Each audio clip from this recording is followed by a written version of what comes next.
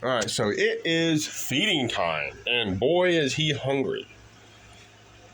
He's always hungry, though.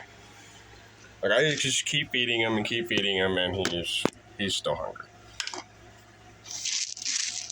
And what I normally feed him is just this goldfish food.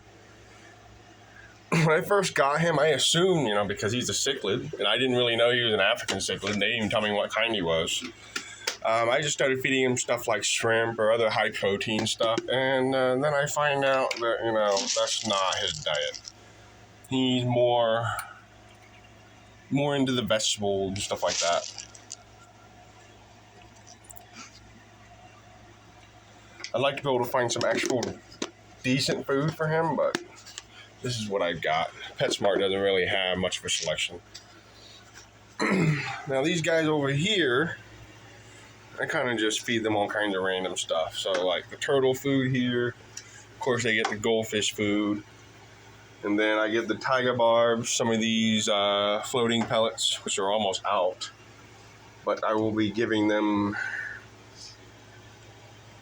No, I will not be giving them those. So I will have to get them food here soon. That's almost empty right there. And they are excited.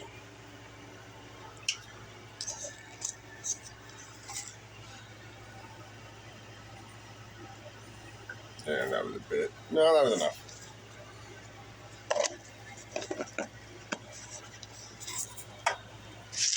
Now the goldfish eat the regular goldfish food, and sometimes the killifish will eat them too, but not always. I need to bend down a bit. Let me get my chair. Alright, that's a little easier. Now I can put the food between my legs. Oh, and then I give the killifish the turtle food. I'm quite happy with that. There's one. Yeah, he's getting one now. The turtle food has a lot of calcium, and it just seems like everything likes it. Everything likes the turtle food. I don't know of a single fish that's been in this room that didn't like the turtle food. Well, the guy with all the tumors, his tumors started falling off. Now, new ones are growing, so he's not, cured or anything, but I just thought it was wicked neat that his giant tumors just, fell off. And he's been a lot happier ever since. And you can still see, the scarring from that really big one he had up by his top fin. Yeah. It's pretty neat. Maybe he just needed healthy, clean water and good food. And all that duckweed that's up in this tank, I'll take scoops of it. And maybe about once or twice a week, I'll just feed it to the goldfish, throw it in here, and they eat all of it, within a day. Yeah, and then I got this tank over here, which is just a tank that I'm letting grow. I don't trim nothing. I don't put food in there. No fertilizer. I just leave it alone, and the plants have grown all the way to the top. They're growing out and over. Even in the back, too, they're growing over there. Yeah, plants just don't stop, man. They just do not stop. It is thick in there, too. It is absolutely thick in there. There's so much. And there's a big shrimp colony in here. You see one of them right there. And they don't get any food, but they're thriving. So there's stuff to eat in there. There's definitely microorganisms like sea shrimp and stuff. I'll see a cloud of them here or there once in a while. The tank next to it is kind of similar. I'm not really doing anything with it. I don't put food in there. I just let the plants grow. And there's some shrimp in here as well. And there's these weird algae. I don't know. I've never seen this kind of algae before. It just grows like a ball like this. It's pretty cool. And the shrimp sit there and munch on stuff that gets caught in it all the time. And there's one back there doing her job. There's another one sitting on top of it. Pretty cool stuff. And of course, this one has a bunch of duckweed too. It's just a plant I can never get rid of. Doesn't matter how much I clean it out, it just pops back up. I don't have the desk tank anymore. I shut that down, so that's empty. This baby had gone through a lot of changes as well. So when I was trying to clean this up, I ended up accidentally tearing off the Java moss from the driftwood that I had in here. So yeah, I just decided to just take the whole thing out and start new. So I got a couple plants growing in the back and the middle part here. I'm trying to get that, to thicken up so I can really get it like packed out back there. And then of course the Dwarf Sagittaria, the grass that you're seeing here, it's just absolutely taken over the whole tank. And then I have the lily pads. Now this isn't the same lily pads as over there that you see in the corner. Let me get closer. Like this is the original big plant that's back there. The big bulb at the bottom. Up and it has all these lily pads up there. This one was a piece that broke off of the bulb. It wasn't like very well attached. And it's back there somewhere. And it's grown about the same size as the other one. But the difference is it grows more leaves under the water and it has less lily pads, like only 3 of them. Well, the one over there in its heyday, back when it was in this tank, it had like, I don't know, like 12, 15 lily pads. It was a lot. Now this one, it has another problem. I would say maybe a month or 2 ago, about 2 months ago, the whole top was covered in duckweed and I didn't do nothing about it. I just didn't really think it would be much of an issue. Well, apparently this thing needs a lot of light. So all that duckweed meant it wasn't getting the light it needed, and you could see it has all these holes in the leaves. If I can get it to focus right, yeah, it's just got holes all over it. Now, I was hoping that once I cleaned it up, they would, heal, but that doesn't seem to be happening. I don't know. It's still growing and stuff. It's just got holes in it. Yeah. Now the babies are all grown up from the last video. But the problem is all the adults have died off. Now, they get sick from random things. I don't know what they're getting sick from. There haven't been any new fish in this fish room in a very long time. I'm not bringing in anything new, but they'll just get sick and die. I think it's just because they're platy and they're probably heavily inbred. Kind of like the goldfish where they just get sick. But yeah, these are all the, I think it's 6th generation of platies in this room. And most of them are adults, though there is still, I think, 2 juvenile. Like that orange one right there is still juvenile, and there's another one in here somewhere. But the rest are definitely adults, and I can tell that big mama there is ready to start popping out some babies at some point. Because I'd like to get this whole tank filled with platies. And of course there's tons of shrimp everywhere.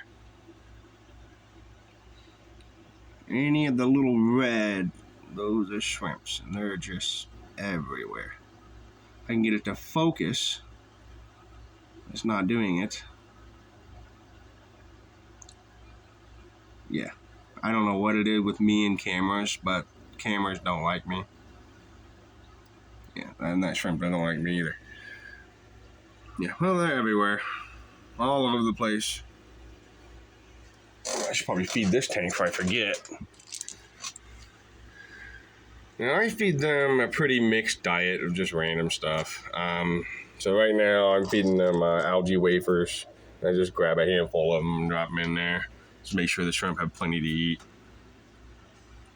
There's also a red whiptail catfish in here somewhere. I think called a red dragon whiptail. My mom just calls it the dragon. It's her fish. She bought it and made me put it in my tank. So I don't know where he is, but he's usually hiding in the thick of this stuff. But I just put food in there, so he should be moving about somewhere. I don't know where he is. But he's pretty cool. He does indeed look like a dragon. If a dragon was living underwater, for sure. Yeah, I do not see him. Yeah. The Pilates, it'll take them a bit to realize the food is on the ground, but they eventually do realize that. And one of those fish with food, just they don't miss food. Wherever it is, they find it. Well, I'm hoping the plants that are in the middle start growing a little faster so I can start thickening it up. And how I would be doing that is, like, once it grows pretty tall, I'll chop it up into like 3 or 4 pieces and replant, the other pieces, and then they'll just keep growing and so on. I can't really do that with these red ones. I have to wait for them to grow, like how do I explain this? Like, one of the leaves there will be another plant with a stem that'll grow out of that leaf. I wait for that to happen. I wait for it to get somewhat of a decent size, and then I, cut it off and plant it. And there's a couple small ones that I've already planted here. Those are a little bit more difficult to do that with. But the other one back here, I think that's called Pogostegmon octopus. I can't remember it's some weird ass name. Pogostegmon. And I can just chop that up and plant it, and all the pieces will grow. So that's very convenient. Hopefully they start growing faster, because I am tired of waiting. And I do have some extra of the red plant, the Ludwigia, in here that I can take out. The goldfish have been like pecking at it and ripping all the leaves off. And I definitely should take it out. But yeah, the goldfish doesn't seem what kind of plant it is. They just munch on it and ruin them. So of course these don't look very good. But they do mostly leave hornwort alone, but I don't want it to be only hornwort in this tank. That would look terrible. I mean, it looks good, but I just don't want it in this tank. It actually can look pretty good. Yeah, I ended up putting my, I can't remember what these guys are called. Autosynclus, something like that. Yeah, so I started out with 22 of these about 3.5 years ago. 22 of them. And I have about 6 or 7 of them left. I'm not really sure why so many of them died. They would just die all the time when I first got them. So I think within a year, it went from 22 to like maybe 12. I'm not really sure what the deal was. But they're pretty cool. When they were in a bigger school and I had the water colder, they would school up really tight and do like these weird dances across the glass. It was fun to watch. But yeah, they're smaller now and they don't really do that anymore. So kind of wish they did. But yeah, that's the update.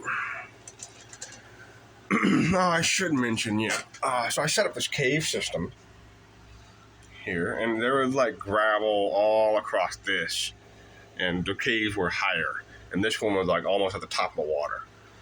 And he dug all that out and put it all here, and buried like half the caves here.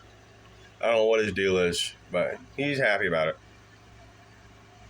I think maybe what he's trying to do is catch the shrimp. And, he doesn't always get them. There's one right there. Yeah. But he tries. He certainly tries. He's a smart guy. He's pretty careful when he digs. Like, he makes sure not to topple them. So if he notices one of them starting to get loose and rocking, he'll stop digging there and he'll go dig on the other side. Now, he's pretty clever about that. He went to construction school or some shit. I don't know. Yeah, but what I'm wanting to do with this side, because it's just so bare, I mean, there's just nothing here. I'm wanting to take these plants right here. I get a couple of them growing. That's the Willow Hygro plant I didn't know the name of in the last video. It grows really nice. It just looks pretty. And it's hard to, like, destroy them. Like, they're just pretty tough and rigid. They got, like, a bamboo stalk going on, and they're just pretty tough. And I'm wanting to like put a whole forest in the back there where he's got a nice background. But I just have to hope he doesn't dig them out, because even though he can't damage them, he can still dig them out. So, yeah, we'll see. He's a butthead about stuff like that. Well, yeah, that's the update. Not much new, really.